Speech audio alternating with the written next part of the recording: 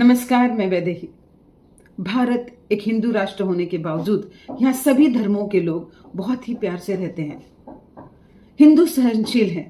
बचपन से ही हमें सिखाया जाता है अहिंसा परमो धर्म। बचपन से ही हमें सिखाया जाता है सर्व धर्म समभाव। हम सबके साथ मिलके रहते हैं।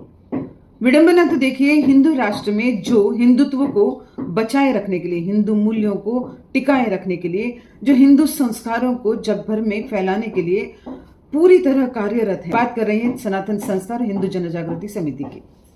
चाहे देश में छोटे मोटे बम ब्लास्ट हो, चाहे देश में कोई सुपरस्टिशन लॉ आता हो, चाहे देश में कोई भी घटना घटती है तो इन्हें आतंकवादी करार दिया जाता है।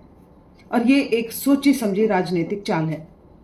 उनकी दिक्कत ये थी कि ये हिंदुत्व का प्रचार कर रहे हैं। उनकी दिक्कत ये थी कि ये हिंदुत्व को लेके तो अपने जहाल मतवाद रखते हैं। उनकी दिक्कत ये थी कि हिंदू मूल्यों को, हिंदू संस्कारों को, जैसे पूजा कैसे करते हैं, भगवान को किस दिशा में रखते हैं, परिधान कैसे पहनने चाहिए, टीका लगाने का महत्व क्या है, ये समझाने की गलती वो सब समाज को कर रहे थे। 2013 में डॉक्टर नरेंद्र दाभोलकर की हत्या होती है।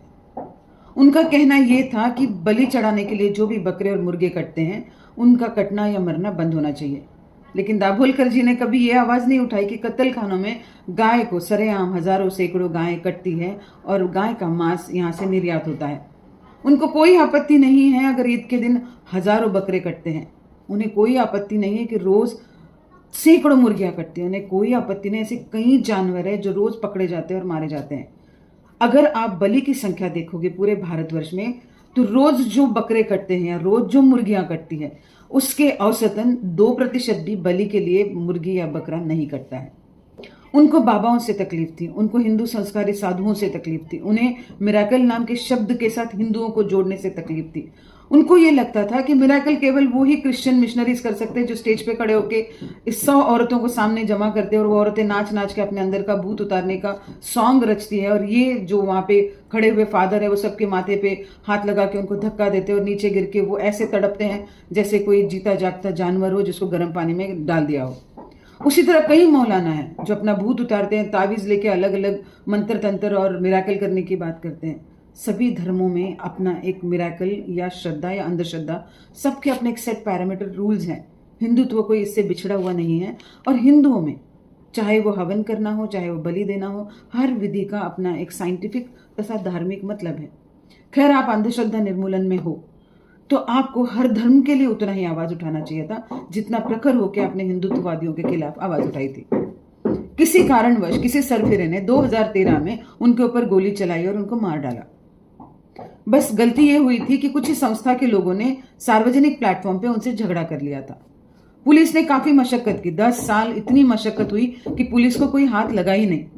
गेसवर्क और संभावित सस्पेक्शन जो भी उन्हें लगा कि ये हो सकता है या हो सकता है, उस सस्पेशन के आधार पे उन्होंने बहुत से लोगों को दर दबोच के अंदर डाला।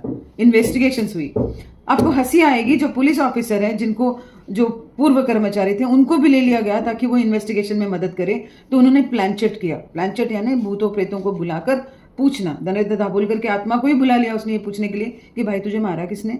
नरेंद्र दाभोलकर कैसे बताते, क्योंकि गोली तो पीठ पीछे से चली थी। वो जीवित भी होते तो नहीं बता पाते उनको मारा किसने था।